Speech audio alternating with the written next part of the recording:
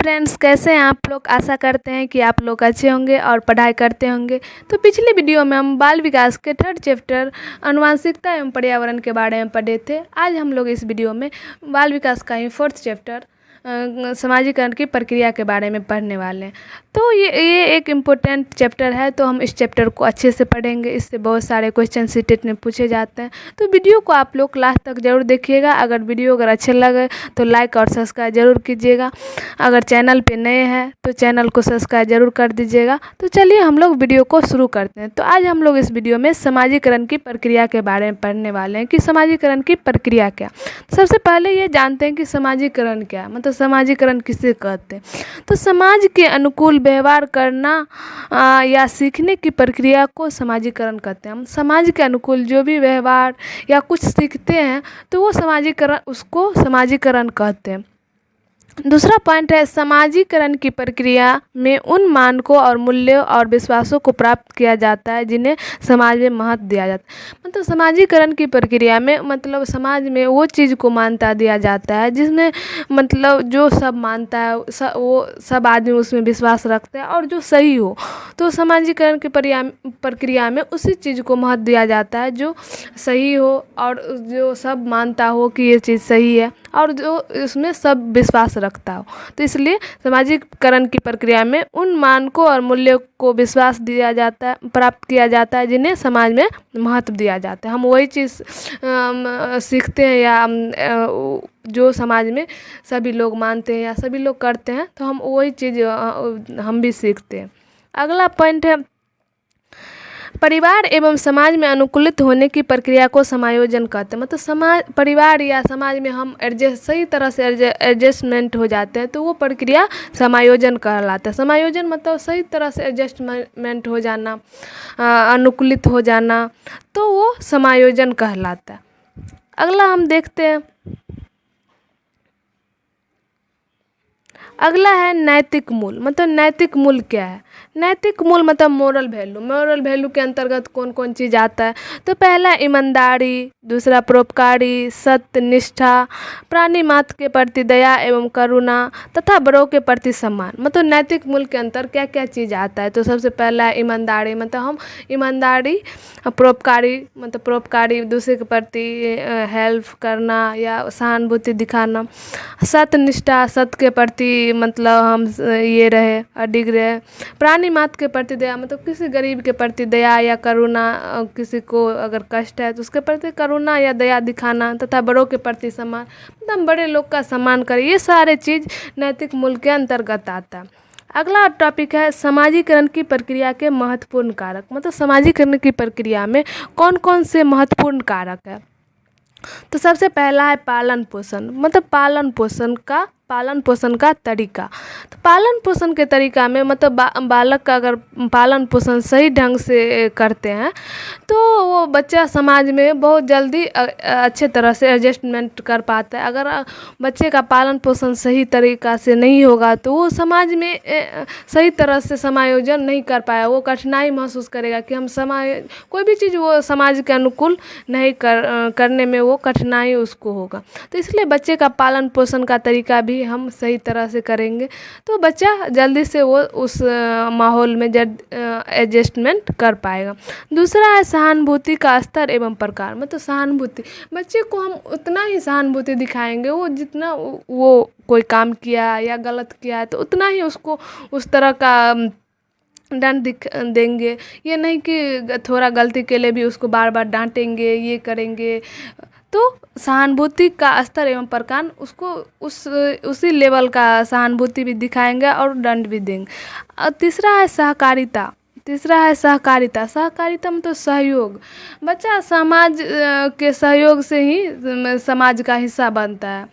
मतलब बच्चा समाज में जो सहयोग करता है तो वो समाज का हिस्सा बनता है। अब बच्चा को अगर समाज से सहयोग मिलता है तो वो भी जब वो जैसे जैसे बच्चे को समाज से सहयोग मिलता है तो वैसे वैसे वो भी अपने से अन्य व्यक्ति को भी सहयोग कर पाता है और दूसरे लोग का भी वो सहयोग वैसे से करता है। वो देखता है कि हमको समाज से सहयोग मिल रहा है तो हम भी वो किसी आदमी का सहयोग करें तो वो भी दूसरे आदमी को सहयोग करता है। अगला निर्देशन, हम बच्चे को सही गाइडलाइंस देंगे तो वो सही तरह से आगे की ओर बढ़ेगा, वो समाज में बेहतर कर सकता है। तो हम बच्चा को हमेशा सही निर्देशन दें, ये नहीं कि उसको गलत निर्देशन दे और वो गलत बन जाए। तो उसको अगर गलत भी कर रहा है तो उसको हम सही निर्देशन दे के उसको सही रास्ते पे ला सकते हैं। आत्मसात मतलब बच्चे में ये हम उसको फील करवाएं कि हम किसी भी चीज़ को, अगर गलत है तो उसको गलत को, ये अगर सही चीज़ है तो उसको हम अपने अंदर आत्मसात मतलब ग्रहण करना, मतलब उसको अपने अंदर ग्रहण करें कि वो ये चीज़ सही है तो उसको हम आत्मसात करें, मतलब आत्मसात मतलब ग्रहण कर सकते। पुरस्कार एवं दंड मतलब बच्चा जब समाज में अच्छा काम या समाज की मान्यताओं के अनुसार अगर व्यवहार करता है तो लोग उसकी प्रशंसा करता है कि तुम बहुत अच्छा काम किया, तो उसको पुरस्कार देता है या प्रशंसा करते हैं। अगर वो समाज के विपरीत या असामाजिक व्यवहार करता है तो उसको समाज दंड भी देता है। तो इसलिए बच्चे को हमेशा अच्छे व्यवहार करने के लिए और सामाजिक कार्य करने के लिए सही से गाइडलाइंस देना चाहिए। लास्ट है सामाजिक शिक्षण। हम बच्चे को समाज में ऐसा माहौल बनाएंगे कि वो आगे की ओर अच्छे से बढ़ सके, अच्छे से सामाजिक शिक्षण उसको देंगे। बच्चा सबसे पहले परिवार से ही समाजीकरण सीखता है, तो हम परिवार का ऐसा माहौल बनाएंगे कि बच्चे सही तरह से वो कोई भी चीज़ सीख सके और आगे समाज में भी जाके वो कोई भी चीज़ अच्छा ढंग से कर सके। ये नहीं कि उसको गलत चीज़ सिखाएंगे तो वो आगे भी समाज में भी जाके वो गलत करे, नहीं, हमेशा वो बच्चे को सही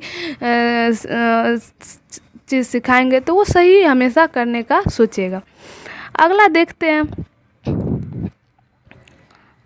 अगला है इम्पोर्टेंट टॉपिक, समाजीकरण के वाहक। मतलब समाजीकरण के वाहक या समाजीकरण के तत्व भी कह सकते हैं। मतलब समाजीकरण के वाहक, मतलब समाजीकरण के कौन कौन से वाहक है? तो समाजीकरण के 2 वाहक है, पहला प्राथमिक, दूसरा द्वितीयक वाहक।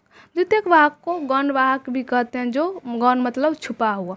तो सबसे पहले ये देखते हैं कि प्राथमिक वाहक क्या है। प्राथमिक वाहक मतलब प्राथमिक, सर्वप्रथम बच्चे के लिए कौन कौन चीज़ जरूरी होती है? तो सबसे पहला है परिवार, क्योंकि बच्चा जब जन्म लेता है तो परिवार से वो समाजीकरण स्टार्ट करता है। दूसरा है पास पड़ोस, अगर आसपास का माहौल अगर अच्छा रहता है तो बच्चा में समाजीकरण की प्रक्रिया भी बेहतर होती है। तो ये प्राथमिक वाहक में परिवार, आस पड़ोस, ये सब प्राथमिक वाहक के अंतर्गत आते हैं। दूसरा है द्वितीयक वाहक। द्वितीयक वाहक को गौण वाहक भी कहते हैं। इसमें विद्यालय, मीडिया, दोस्त, समुदाय, ये सब द्वितीयक वाहक के अंतर्गत आते हैं, क्योंकि द्वितीयक वाहक मतलब गौण बच्चे परिवार क्या बोलते हैं, परिवार पास पड़ोस से निकल के बच्चे विद्यालय जाता है, तो विद्यालय में वो परिवार के बाद वो विद्यालय में ही समाजीकरण सीखता है। तो द्वितीयक वाहक में विद्यालय, मीडिया, क्या बोलते हैं, समुदाय, दोस्त, ये सब द्वितीयक वाहक के अंतर्गत। इससे बहुत सारे क्वेश्चन पूछे जाते, हमेशा सीटेट में पूछे जाए, 2, 4, 5 चीज़ दे दिया जाएगा, जैसे परिवार, पड़ोस, विद्यालय, मीडिया, और इस बोलेगा कि प्राथमिक वाहक कौन है, तो हम लोग परिवार टिक करेंगे। सबसे पहले बच्चे के, अगर उसमें भी माता पिता रहे तो सबसे पहले माँ टिक करेंगे कि बच्चे में समाजीकरण की प्रक्रिया के लिए सबसे ज़्यादा जिम्मेवार कौन है, तो माँ होगी सबसे, क्योंकि बच्चे के लिए सबसे ज़्यादा ज़रूरी उसकी माँ होती है। तो ये दोनों याद रखेंगे, प्राथमिक वाहक में परिवार और पड़ोस, और द्वितीयक वाहक में विद्यालय और मीडिया। ये सब इम्पोर्टेंट स्टार पॉइंट है, ये सब को याद रखेंगे कि समाजीकरण के सक्रिय सदस्य बच्चा किस अवस्था में होते हैं। मतलब समाजीकरण के सक्रिय सदस्य बच्चा का किस अवस्था में होता है, तो किशोरावस्था में। किशोरावस्था का उम्र लोग तो आप लोग जानते ही होंगे, 12 से 18 वर्ष है। तो समाजीकरण के सक्रिय सदस्य बच्चा किशोरावस्था में होता है, जिसका उम्र है 12 से 18 वर्ष। अगला है इम्पोर्टेंट, सबसे अधिक गहन और जटिल समाजीकरण किस अवस्था में होता है। मतलब सबसे गहन और जटिल समाजीकरण किस अवस्था में होता है, तो ये भी किशोरावस्था में ही होता है, क्योंकि किशोरावस्था को क्या बोलते हैं, बहुत इसमें बच्चा सही तरह सब चीज़ सही तरह से वो उसमें ज्ञान आ जाता है। तो इसलिए सबसे अधिक गहन और जटिल, मतलब जटिल मतलब बहुत जटिल तरीके से वो कोई भी चीज़ से में परिपक्व हो जाता है कि वो सही निर्णय ले सके। मतलब जटिल समाजीकरण सबसे गहन और जटिल समाजीकरण किशोरावस्था में होता है। और लास्ट है प्रतिद्वंदात्मक समाजीकरण। प्रतिद्वंदात्मक एक दूसरे के प्रति आक्रामक कि तुम हमको मारा तो हम भी मारेंगे तुमको, तो ये प्रतिद्वंदात्मक एक दूसरे के प्रति आक्रामक ये। तो प्रतिद्वंदात्मक समाजीकरण बाल्य अवस्था में होता है। बाल्य अवस्था का उम्र 6 से 12 वर्ष होता है। तो ये सारे ये तीनों स्टार पॉइंट से बहुत सारे क्वेश्चन पूछे जाते हैं, तो हम ये सारे चीज़ याद रखेंगे। तो आज हम लोग इस वीडियो में समाजीकरण के प्रक्रिया के सारे इम्पोर्टेंट पॉइंट पढ़े हैं। तो इससे अगर हम सीटेट में अगर कोई भी क्वेश्चन आएगा तो आप लोग सही तरह से बना सकते हैं। तो दोस्तों अगर वीडियो अगर अच्छे लगे तो लाइक और सब्सक्राइब ज़रूर कीजिएगा। धन्यवाद।